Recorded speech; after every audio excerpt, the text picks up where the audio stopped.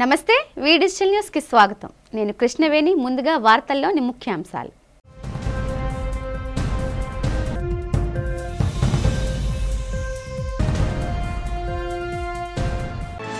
ఆనందోత్సాహాల మధ్య నగరంలో ఘనంగా జరిగిన హోలీ సంబరాలు.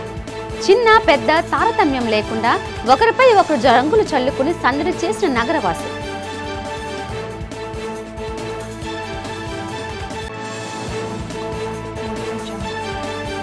మంగళగిరి శ్రీ లక్ష్మీ నరసింహస్వామి వారిని సతీ సమేతంగా దర్శించుకున్న రాష్ట్ర ఐటీ శాఖ మంత్రి నారా లోకేష్. ఆలయ మర్యాదలు పూర్ణ కుంభంతో స్వాగతం పలికిన అధికారులు, వేద పండితులు.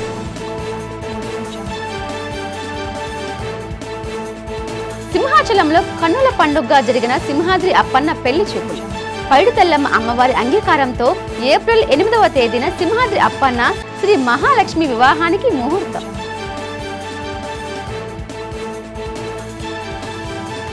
ఈ నెల 16వ తేదీన నగరంలో విడుదల కానున్న ఓంకార్ స్వరూప్ శ్రీ లహరి కృష్ణ అమృత్ గీత అండ్ హిందీ ఆల్బమ్ గురజాడ కళాక్షేత్రంలో కార్యక్రమం నిర్వహిస్తున్నట్లు వెల్లడించిన మనుజ్యోతి ప్రతినిధులు. ఇప్పుడు వివరాలు చూద్దాం. భక్తజన బాంధవుడు లోకరక్షకుడైన సింహాద్రి అప్పన్నికి పెళ్లి కుదిరింది. సోదరుడు వరాహ నరసింహుడు తన కుమార్తె శ్రీ మహాలక్ష్మిని ఇచ్చి వివాహం చేయడానికి పైడితల్లమ్మ అమ్మవారు అంగీకారం తెలిపారు. విశ్వవసునామ సంవత్సరం చైత్ర శుద్ధ ఏకాదశి ఏప్రిల్ 8వ తేదీన కళ్యాణం చేయడానికి ముహూర్తాన్ని ఖరారు చేశారు. కళ్యాణోత్సవంలో భాగంగా చైత్ర శుద్ధ పాడ్యమి తెలుగు సంవత్సరాది ఉగాది మార్చి 30 నాడు పందిరాట వేడుక జరిపించాలని నిర్ణయించారు.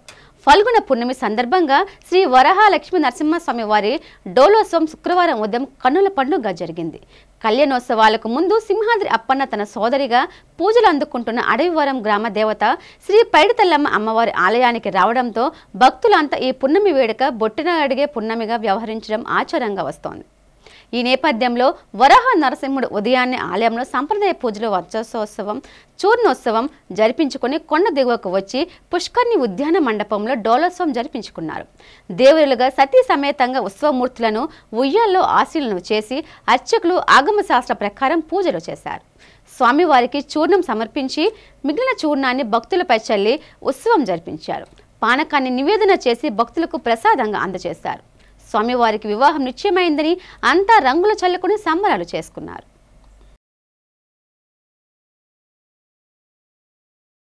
సింహశైల నివాసాయ శ్రీ నృసింహాయ మంగళం.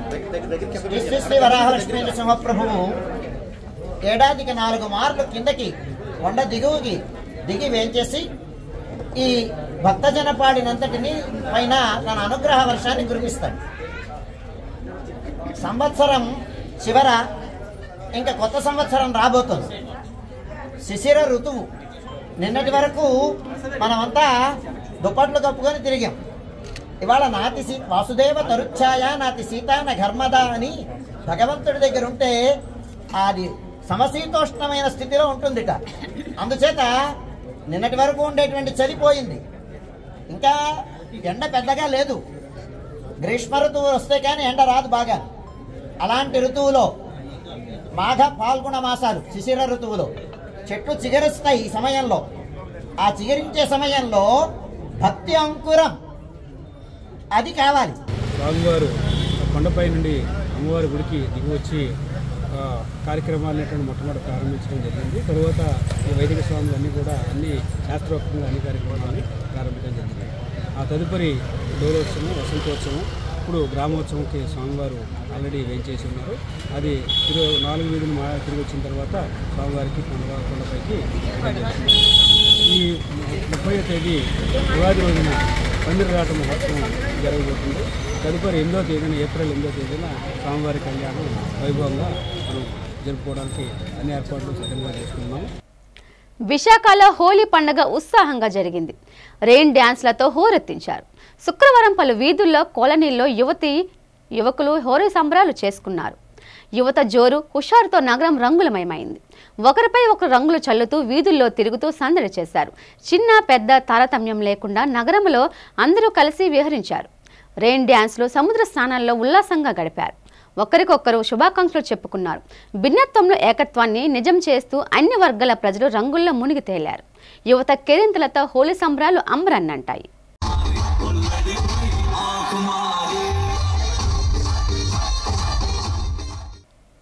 మంగళగిరి శ్రీ వరాహ లక్ష్మీ నరసింహ స్వామివారి వార్షిక బ్రహ్మోత్సవాల్లో భాగంగా గురువారం రాత్రి 12 నిర్వహించిన స్వామివారి కళ్యాణోత్సవంలో మంత్రి నారా లోకేష్, నారా బ్రహ్మణి దంపతులు పాల్గొన్నారు. ఈ సందర్భంగా శ్రీ లక్ష్మీ నరసింహ స్వామివారికి ప్రభుత్వం తరపున లోకేష్ దంపతులు పట్టు వస్త్రాలు సమర్పించారు.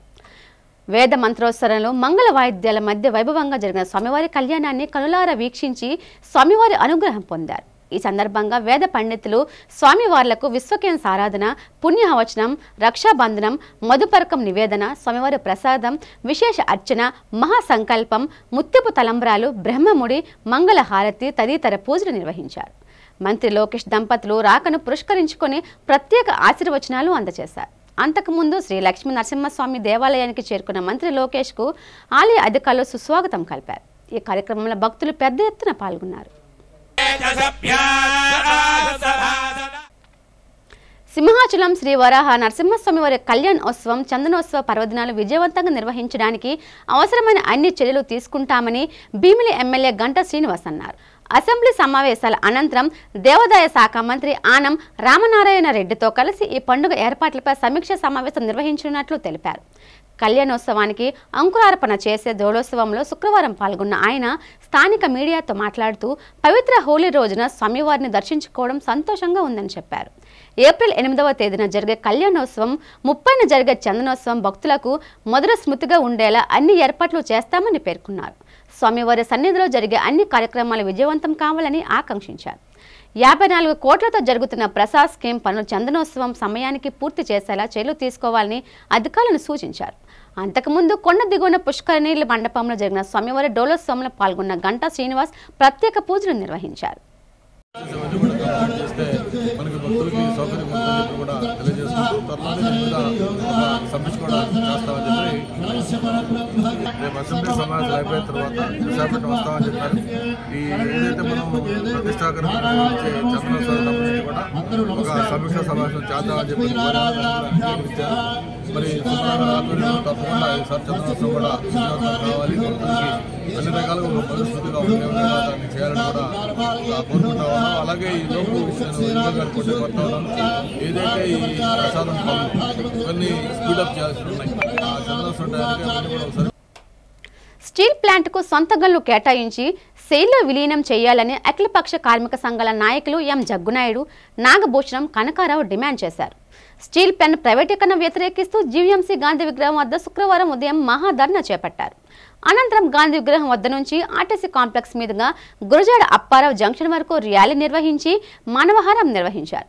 ఈ సందర్భంగా వారు మాట్లాడుతూ గాజువాకలో తలపెట్టిన నిరసనకి పోలీసులు అడ్డుపడి నాయకులను అక్రమ నిర్బంధం చేయడాన్ని ఖండిస్తున్నామన్నారు. తొలగించిన సుమారు 400 మంది కాంట్రాక్ట్ కార్మికులను తిరిగి విధుల్లోకి తీసుకోవాలని కోరారు. స్టీల్ ప్లాంట్ని ఆఫీసర్లకు, పర్మనెంట్ ఉద్యోగులకు బకాయిలు 3 నెలల జీతాలు చెల్లించాలని విజ్ఞప్తి చేశారు. స్టీల్ ప్లాంట్ క్వార్టర్ల విద్యుత్ ఛార్జీలను తగ్గించాలన్నారు.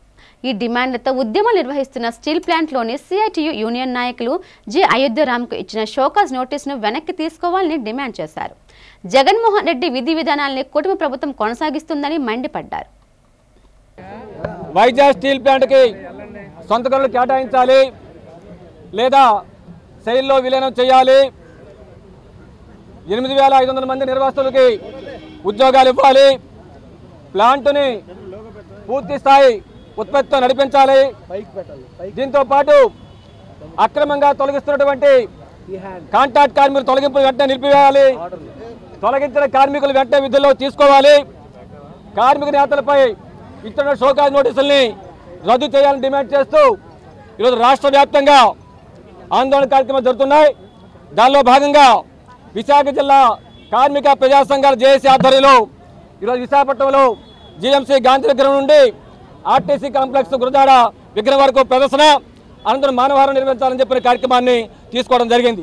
ఈరోజు రాష్ట్ర వ్యాప్తంగా జరుగు నిరసన కార్యక్రమంలో ఐఎన్టీసీ కూడా పాల్గొనే నిరసన తెలియజేస్తుంది. విశాఖ ఉక్కుతో పాటు ప్రభుత్వ రంగ సంస్థలన్నీ కూడా ప్రైవేటీకరణ జరగకూడదనే ఉద్దేశంతో మేము ఈ ఐఎన్టీసీగా కూడా మద్దతు ఇవ్వడం జరుగుతుంది.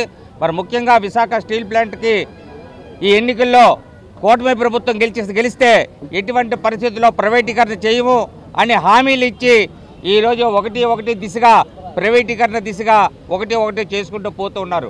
ఒక పక్క కాంట్రాక్టర్ కార్మికులు తీసేస్తున్నారు, ఒక పక్క పర్మనెంట్ ఉద్యోగస్తులకి బీఆర్ఎస్ పేరు మీద తొలగిస్తున్నారు. ఇవన్నీ చూస్తే ఇది ఒక పెద్ద కుట్రగా కనిపిస్తుంది. ఇప్పుడు ఇచ్చిన ప్యాకేజీ కూడా అప్పులు 11,445 crores ప్యాకేజీ ప్రకటించామని చెప్పి వాళ్ళకు అనుగుణంగా ఉన్న మీడియా ద్వారా విపరీతమైన ప్రచారం చేసి వాళ్ళ పొలిటీషియన్స్ అందరూ కూడా ఈ రాష్ట్రంలో చాలా దౌర్భాగ్యమైన పరిస్థితి. ఎందుకంటే రూలింగ్లో ఉన్న 3 పార్టీలు అదేవిధంగా అపోజిషన్లో ఉన్న పార్టీ కూడా ఏం చేయలేని పరిస్థితి తీసుకొచ్చి ప్రధానమైన డిమాండ్ ఏంటి, సేల్లో కలపటం కానీ సొంత గనులు ఇవ్వమని చెప్పేసి ఉద్యమాన్ని మొదలుపెట్టాం.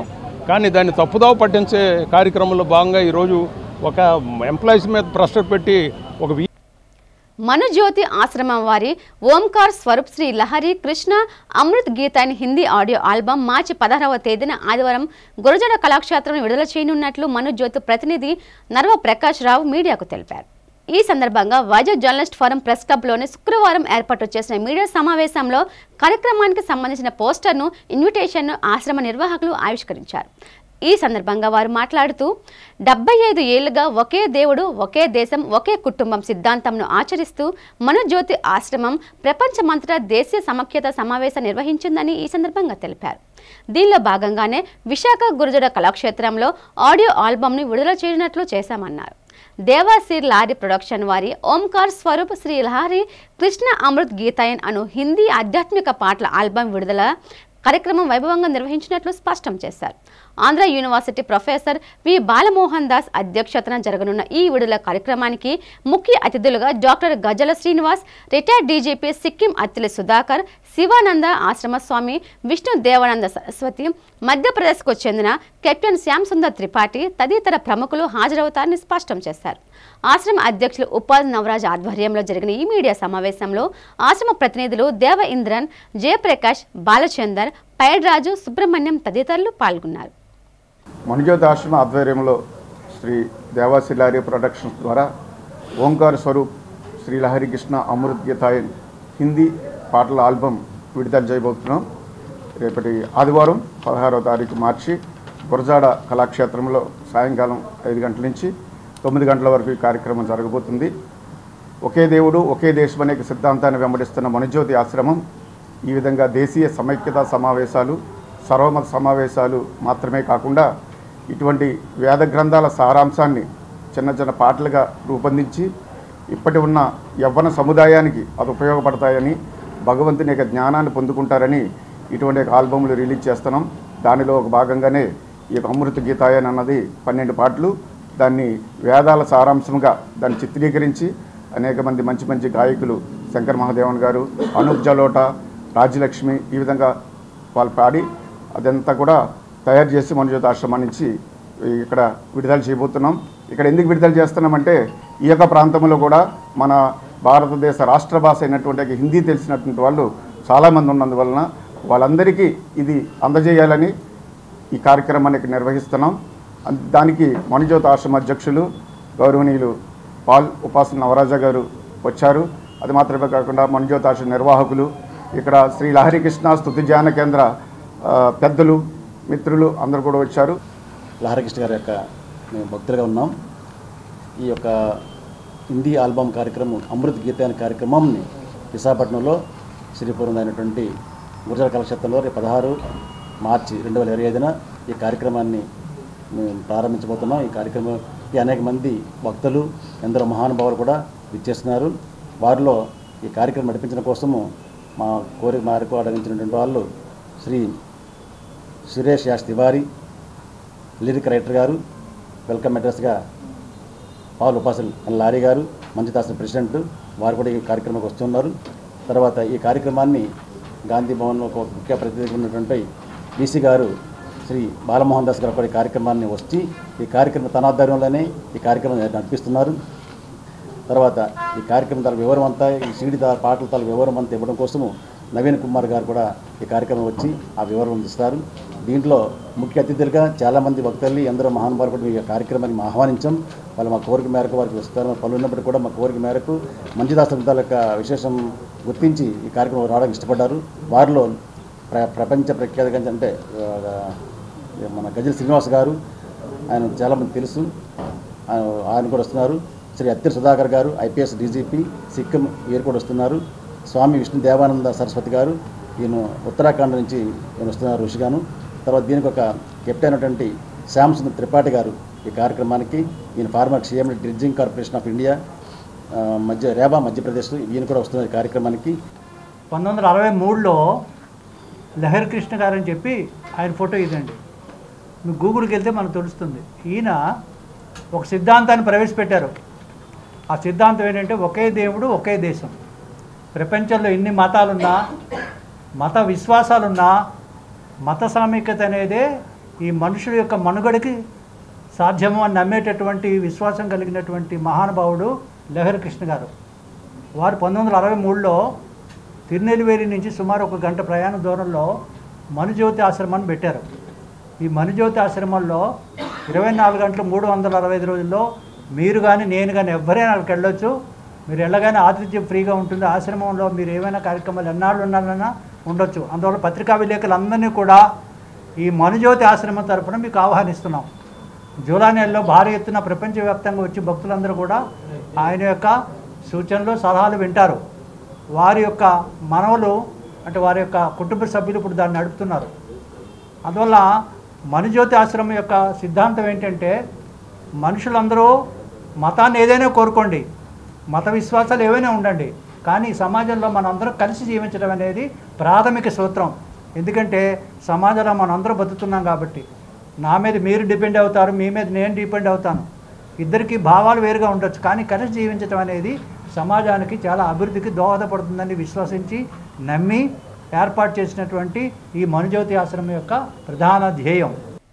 మహిళలపై టాలీవుడ్ దర్శకుడు గీతా కృష్ణ అనుచిత వ్యాఖ్యలను ఖండిస్తున్నామని ఉమెన్స్ అడ్వకేట్ వెల్ఫేర్ అసోసియేషన్ అధ్యక్షురాలు పప్పు అనురాధ తెలిపారు. ఉమెన్స్ అడ్వకేట్ వెల్ఫేర్ అసోసియేషన్ ఆధ్వర్యంలో గీతా కృష్ణ ఫిల్మ్ స్కూల్ అధినేత దర్శకుడు గీతా కృష్ణ వివిధ ఛానల్స్లో ఫిల్మ్ హీరోయిన్స్ మీదే కాకుండా మహిళలందరినీ ఏకతాటిపై అసభ్యకర అశ్లీల పదజాలాలలో వర్ణించడం సమంజసం కాదని అన్నారు. ఈ సందర్భంగా జీవీఎంసీ గాంధీ విగ్రహం వద్ద ప్లకార్డులతో మహిళా న్యాయవాదులు నిరసన కార్యక్రమం చేపట్టారు. అనంతరం ఆమె మీడియాతో మాట్లాడుతూ దర్శకులు గీతా కృష్ణ మహిళల్లాగే అంగాంగ వర్ణాలతో చేసిన అనుచిత వ్యాఖ్యలను స్టేట్మెంట్లు మహిళల మనోభావాలు దెబ్బతీసే విధంగా ఉన్నాయన్నారు. అంతేకాకుండా పురుషులను యువకులను మహిళల పట్ల అమర్యాదగా ఆలోచింపచేసే రెచ్చగొట్టే విధంగా ఉన్నాయని స్పష్టం చేశారు. ఈ రకమైన వ్యాఖ్యలను తోటి మహిళా విద్యార్థినుల మీద, తోటి ఉద్యోగుల మీద ప్రయోగించడం వల్ల మహిళలకి అవమానమే కాకుండా అభద్రత, అసహనం, మానసిక వేదన కలుగచేస్తాయని స్పష్టం చేశారు. అందుచేతనే తమ విమెన్ అడ్వకేట్స్ వెల్ఫేర్ అసోసియేషన్ తరపున పోలీస్ కమిషనర్కి బుధవారం రాతపూర్వకంగా ఫిర్యాదు ఇచ్చామని వెల్లడించారు. ఒక film director, Tollywood film director A S Geethakrishna గారు, ఆయనకు ఒక ఫిల్మ్ ఇన్స్టిట్యూట్ కూడా ఉంది. మన విశాఖపట్నంలో కూడా అతనికి రిజిస్టర్డ్ ఆఫీస్ ఉంది అక్కైపాలెంలో. ఆ వ్యక్తి చాలా కాలంగా మహిళలు వివిధ ఛానల్స్లో, రకరకాల ఛానల్స్లో మహిళల మీద చాలా అశ్లీలంగా, అసభ్యకరంగా పదాలు వాడుతూ అంగాంగ వర్ణన చేస్తూ, అది హీరోయిన్ అవనియండి, పబ్లిక్ లేడీ అవనియండి, హీరోయిన్ అయినా కూడా వృత్తిగా అక్కడికి వస్తున్నారు. ఆవిడని కూడా అలా వర్ణించాల్సిన అవసరం అయితే లేదు. ఆయన ఏం చేస్తున్నారంటే అంత అవమానం. దీనివల్ల ఏంటంటే అతనికి వ్యూస్ కోసం ఆయన ఆలోచించుకుంటున్నారు, కానీ ఆ వ్యూస్లో అతనికి పెరుగుతున్న వ్యూస్లో ఎక్కువ యువత ఉంటుంది.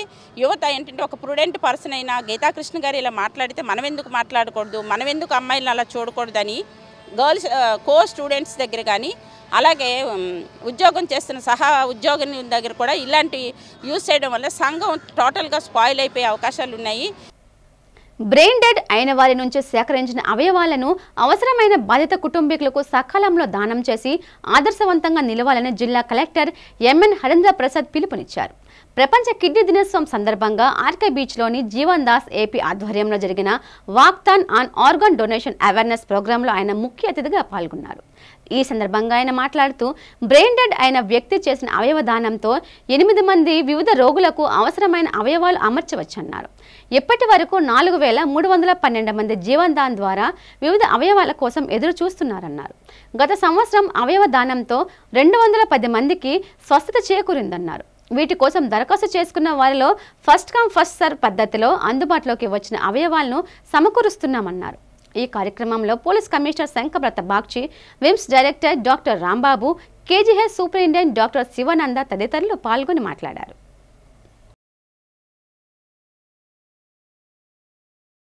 రాష్ట్రం అంతటా ఇది రాస్తే ముందుగానే మనం ఆలోచిస్తూ ఉంటాం.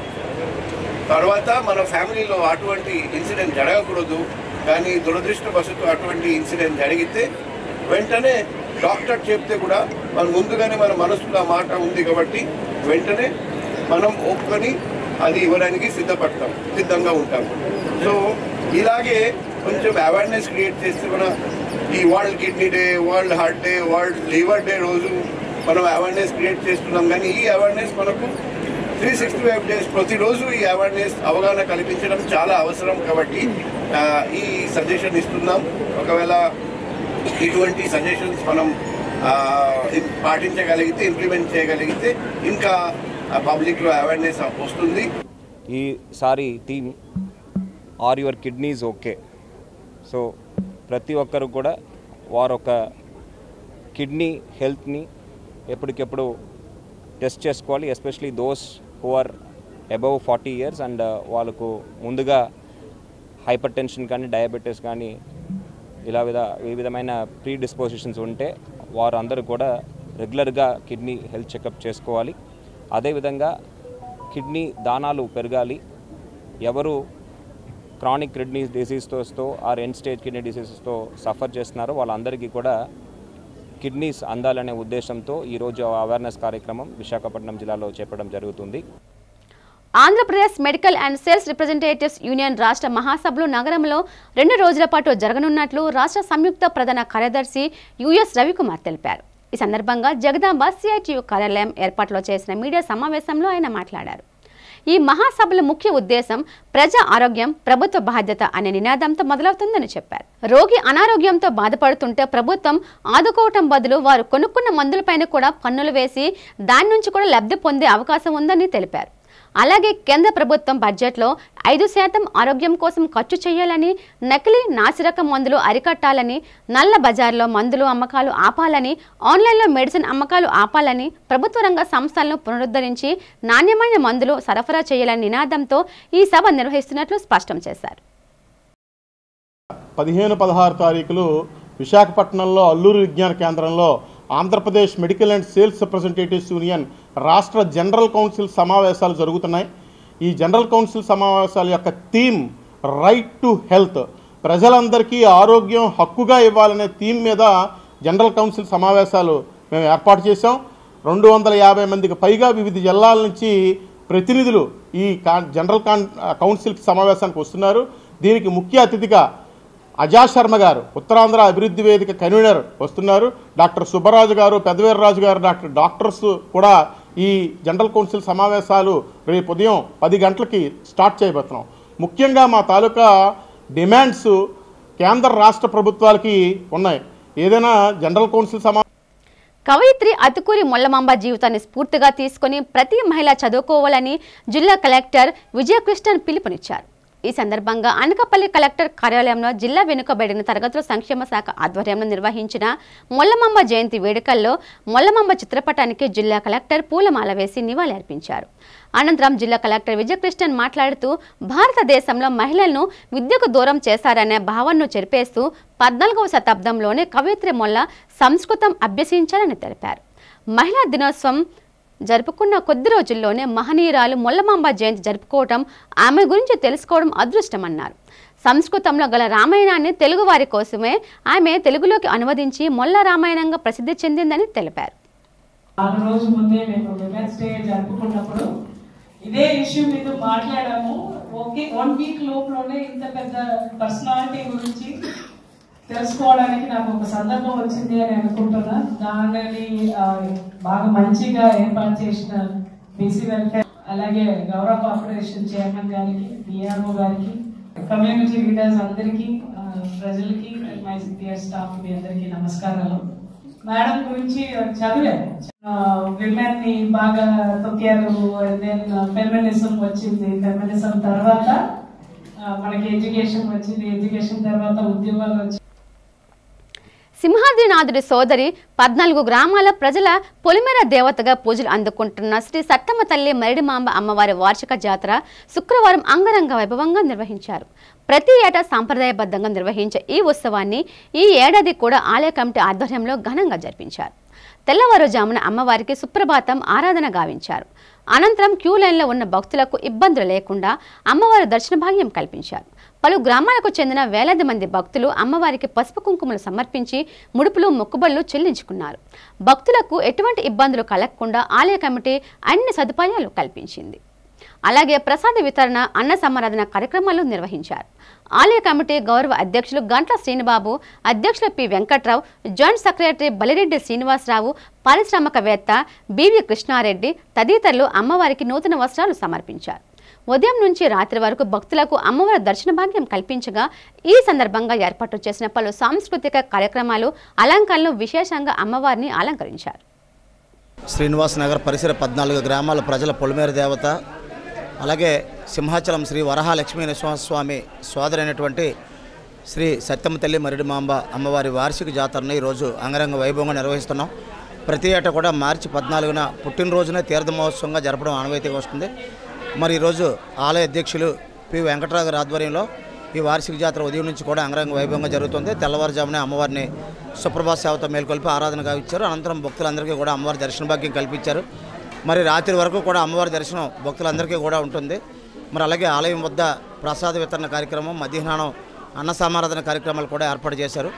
ఇందుకు సహకరించిన దాతలకు కూడా ప్రత్యేకంగా ధన్యవాదాలు తెలియజేసుకుంటూ మరి ఆలయం మరింతగా అభివృద్ధి చెందాలని, మరి పొలిమేర దేవతగా విరాజిల్లుతున్న ఈ అమ్మవారి ఆశీస్సులు ఈ 14 గ్రామాల ప్రజలతో పాటు రాష్ట్ర ప్రజలందరి మీద కూడా సుభిక్షంగా ఉండాలని కోరుకుంటూ మరి సాయంత్రం వరకు జరిగే ఈ జాతరని జయప్రదం చేయాలని, మరి అలాగే తీర్థ మహోత్సవాన్ని కూడా చాలామంది కూడా విచ్చేస్తారు. వాళ్ళందరూ కూడా అమ్మవారిని దర్శించుకొని సింహాచలం శ్రీ వరాహ లక్ష్మీ నరసింహస్వామి వారి దేవస్థానంలో ముఖవాహనం హీంకార హావనం సందర్భంగా ఆలయ ఉత్సవంలో శ్రీ గోవిందరాజస్వామి తన ఉభయ దేవతలతో కలిసి గ్రామ తిరువీధికి వేయించేశారు. ఈ సందర్భంగా ఆలయ స్థానాచార్యులు, ప్రధాన అర్చకులు సమక్షంలో ఉత్సవం శాస్త్రోక్తంగా జరిగింది. ఈ కరి సీతారామాచార్యులు పంచరాత్ర ఆగమనాన్ని అనుసరించి వాహనాన్ని శాస్త్రోక్తంగా జరిపించారు.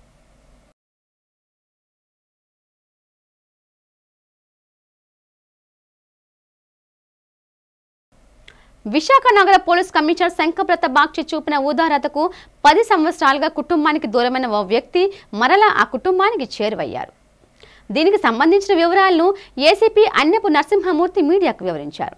ఈ నెల 12న నగర సిపి బీచ్ రోడ్లో ప్రయాణిస్తున్న సమయంలో కమిషనర్ బస్ స్టాప్లో ఒక ఒంటరి వ్యక్తిని చూసి చలించిపోయి ఎంవీపీ పోలీసులకు ఆ వ్యక్తిని షెల్టర్ హోమ్కి తరలించాలని ఆదేశించారన్నారు. సిపి ఆదేశానుసారం తాము వెళ్లి ఆయన్ను సపర్యాలు చేసి వివరాలు అడిగామన్నారు. తాను నిజామాబాద్ జిల్లాకు చెందిన వ్యక్తినని, తనకొక కుటుంబం కూడా ఉందని చెప్పడంతో పూర్తి వివరాలు సేకరించి కుటుంబ సభ్యులకు సమాచారం అందించామన్నారు. విషయం తెలుసుకున్న ఆ వ్యక్తి సోదరుడు రావడంతో ఆయన్ని అతనికి అప్పగించినట్లు పేర్కొన్నారు.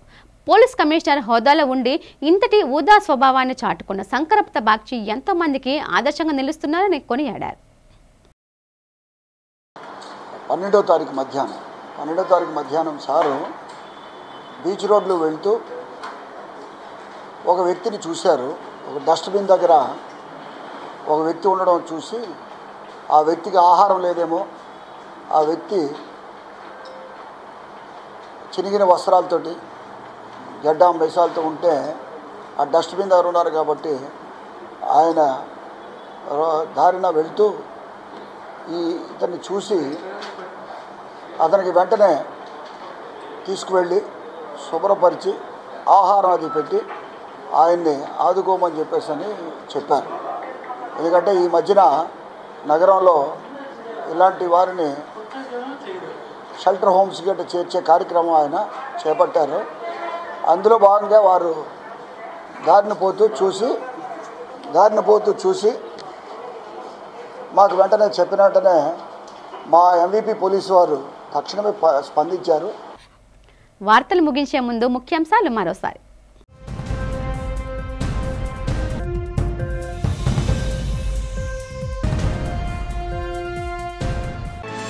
ఆనందోత్సాహాల మధ్య నగరంలో ఘనంగా జరిగిన హోలీ సంబరాలు. చిన్న పెద్ద తారతమ్యం లేకుండా ఒకరిపై ఒకరు రంగులు చల్లుకుని సందడి చేసిన నగరవాసులు.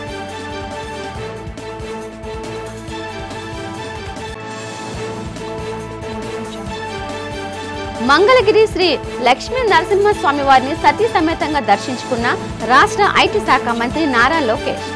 ఆలయ మర్యాదలు పూర్ణ కుంభంతో స్వాగతం పలికిన అధికారులు, వేద పండితులు.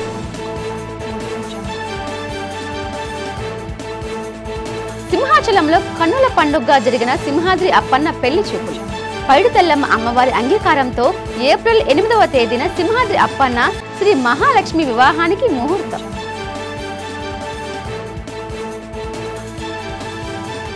ఈ నెల 16వ తేదీన నగరంలో విడుదల కానున్న ఓంకార్ స్వరూప్ శ్రీ లహరి కృష్ణ అమృత్ గీతాయన్ హిందీ ఆల్బమ్ గురజాడ కళాక్షేత్రంలో కార్యక్రమం నిర్వహిస్తున్నట్లు వెల్లడించిన మనుజ్యోతి ప్రతినిధులు. ఈ వార్తలు ఇంతటితో సమాప్తం. చూస్తూ ఉండండి డిజిటల్ న్యూస్. నమస్తే.